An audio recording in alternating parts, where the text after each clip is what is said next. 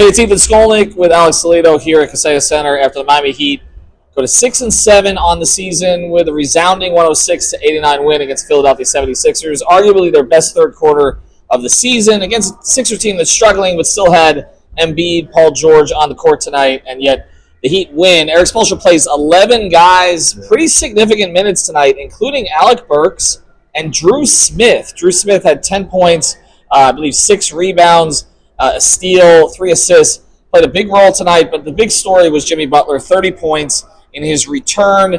We say as long as he's playing against friends or enemies, he's motivated and he's good. He was good from the very start, had his biggest first quarter of the season, actually left briefly, went to the locker room, came back, finished the game strong. Tyler Hero, who struggled at the start of the game, had a big third quarter. I believe he had 16 in the third. So he hasn't strung 2 bad halves together pretty much the entire season. So you're not getting it, Alex, from Butler and Hero together at the same time, but they kind of split up the duties in this game, and it was enough. Yeah, I mean, it absolutely worked out. Second straight game where Tyler has a bad shooting first half and kind of makes up for it in the second half. And I knew he was going to shoot better in the second half, but, you know, to have to rely on that and do that a second time in a row, really tough on, you know, second night of a back-to-back, even though it is, like you said, a struggling Sixers team. It's cool to see that Tyler is still able to, like, on a tough shooting night, regain his composure and just get back to it. Ended up having a really good game, just like against Indiana. And then you look at, like, Jimmy, back to normal.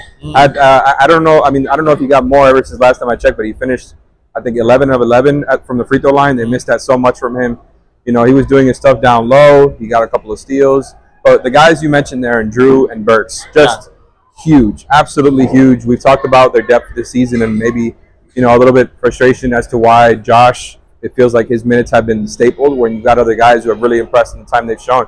Larson, I thought, played good minutes too, but Burks and Drew Smith specifically, I think, were 2 guys that were a huge part of that run. Like, they went from down 18, I believe, to up 20 at one point. Did not know that this team was capable of that type of swing.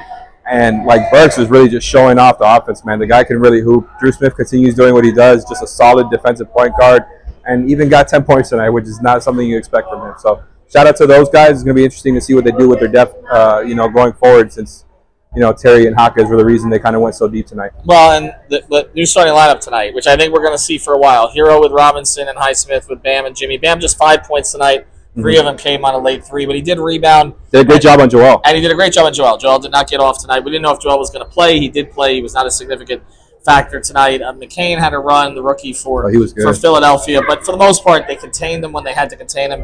And I do think this is starting lineup is what we're going to see, and this allows him to slot Terry Rozier back into the bench when he comes back, and maybe that's where the Josh Richardson minutes will go. So we'll see what happens, but the Heat needed this one because now they have a 5-day break. This is the Shakira was supposed to have a concert here and is not. So they're not playing for 5 days. So the Heat go into that at 6-7.